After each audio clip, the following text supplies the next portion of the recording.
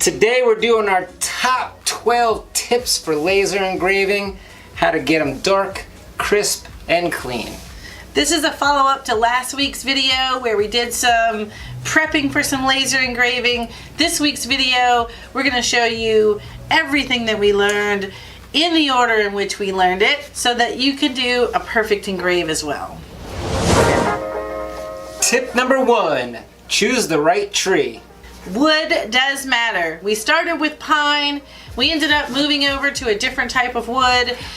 Woods like cherry and alder and basswood are soft woods. And then you can use a hardwood as well, and that would be something like maple and birch. Wood does matter. You're going to get different results with different types of wood. There's different grain patterns, different grain density, and different types of resins. We ended up choosing maple. It had a great grain pattern. It was a light colored board, so it's going to give us good contrast with the engraving. Tip number 2, no need to be too fast or too furious. So for my first engrave, I just went as fast as I could with 100% power. And that was not the way to do it. So if you go too fast with too low of power, you might not get any image. Too slow or too much power, and it's just going to burn up your image. So we ended up tinkering with our settings. Yes, you have to adjust it. Until we got a nice burn. We did several tests, so we got a nice burn. And we ended up going with 200 millimeters per second and 50% power. Tip number 3. Your image. You want to start with a high resolution image if you're doing something like photo engraving. If you have a low resolution image, something that you've maybe grabbed off of the web and it's a very small photo, you're going to have issues with pixelation, your edges are going to be rough, and they're not going to get a clear, beautiful engrave. So the higher resolution image that you start with, the cleaner your picture is going to look, the more detail you're going to be able to see. Conversely, if you choose a high resolution image for a tiny engrave, you may have too much detail for something so small. You won't need all the extra detail if it's going to be very tiny anyway. So you're going to want to balance that image resolution. If it's going to be a large image, you want that detail. If it's going to be a small image, a little less detail will be fine. Our image was 7.5 by 42 inches long. We had a very large image that we were going to engrave, so we needed to ensure we had high DPI, so we were at least 300 DPI for our image when we exported it. Tip number 4, proper focus height. If your laser is out of focus, you can get some burning, it'll look blurry, or it can even have uneven depths. The best focus point is where the laser looks the smallest or the thinnest on the board. It looks like you drew on it with a pin. If your laser beam looks fat or you're having a fat line, that means you're out of focus. We are going to use a 2-inch lens, we're going to clean our mirrors, and we're going to do a ramp test to make sure we have the perfect focal height. Tip number 5. Have enough material for testing. Now that you know what your image is going to be, you know that you're going to what wood you're going to use, now you have to test the engraving. Now, the board that we are using is a maple board, and it is very expensive right now. So we did get a little more than what we needed because we knew we were going to have to do some testing, and we knew we were going to size our image down or just take a cross section, yeah. Yes, of our image to do some testing so that we could make sure that we're testing on the same material that we'll be engraving on. Tip number 6, keep it clean. You gotta have a nice clean wooden surface, sand it down, wipe it off. You don't want any excess dust, you don't want any piles of debris, you don't want any oil spots on it. You want a nice, clean, even surface so you get a nice, clean, even engrave. Tip 7. A little bit of air assist. So when you're doing an engraving or when you're doing any laser cutting, you want to use that air assist that helps keep a clean cut. In the case where we're engraving wood, you don't want that air too high because it will take away the char that the engraving is trying to put down on the wood. It'll also make the laser beam burn a little bit hotter. In this particular engraving, You want to dial your air assist back. We typically cut at 15 psi.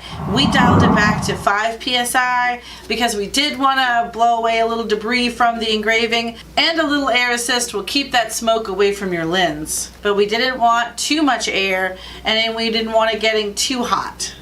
Tip number 8, a darker image is not always a better image. So I thought I needed something dark with a lot of contrast so that it would show up on my laser engraver, but I was wrong. You need to go ahead and balance your contrast and your brightness until you get a good balanced image all the way across. You don't want super dark blacks and you don't want super white whites. You want to try to keep them in the middle so that your laser has something to work with when it starts doing its dots. And something to keep in mind, in this case we didn't use this method, but you can just file this away for testing in the future. You can always break your image up so that certain parts of the image are on different layers. In this case we were using a photo, so that didn't really work. But if you're using a vector engrave, you can put darker areas on one layer and lighter areas on another layer, and you can adjust the settings for each layer. Tip number 9. Light burns adjustment tools. So while Garrett modified the brightness and the contrast over in Photoshop before we ever exported the image, we also did some image adjusting once we brought it into Lightburn. You can go into Lightburn and use its image adjustment tools to again adjust the brightness and the contrast, but also the gamma adjustments. Gamma adjustments adjust those midtones without affecting that brightness and that contrast. So we had to tweak those right inside Lightburn as well to get that image just where we wanted it, so that it was dark enough in some areas but light enough in others, so that when it engraved we could really see that road come out and pop out of that image on the wood. Tip number 10, activating dither mode. So dithering is just a technique using little dots to create a black and white photo using shades of gray with little dots, kind of like a newspaper or a comic book. If you zoom in, it's just little dots, same thing. So Lightburn offers several different modes for dithering. The most common are Jarvis, Stuckey, and Atkinson. So Jarvis is good for details and like a good smoothness. Stuckey is good for like a good balance of black and white with a smoothness, and Atkinson is good for light or spaced out dots. We went ahead and used Jarvis because we were looking for some good detail but with a smooth gradient. Tip number 11. 11. I'm sorry, I had to say 11. I had to say it. I don't know why. Go ahead. Alright.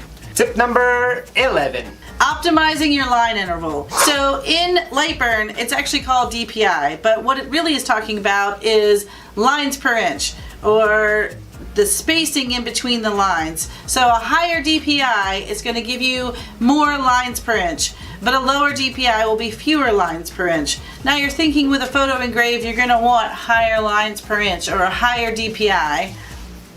But do you? So in our testing, we found that the higher DPI, or the higher lines per inch, this one was at 300, and you can see it really burned it up. It was just too long and too much. It wasn't really about power in this one, because the difference between this one and the beautiful engrave on this one was simply the DPI. We changed it from 300 to 180. 180. Tip number 12, post-processing. Once your engraving is done, it's time to clean it up, make that thing shine. You're gonna have some residue, you might have some smoke residue, resin residue, you'll definitely have some debris inside, so blow that off with some canned air.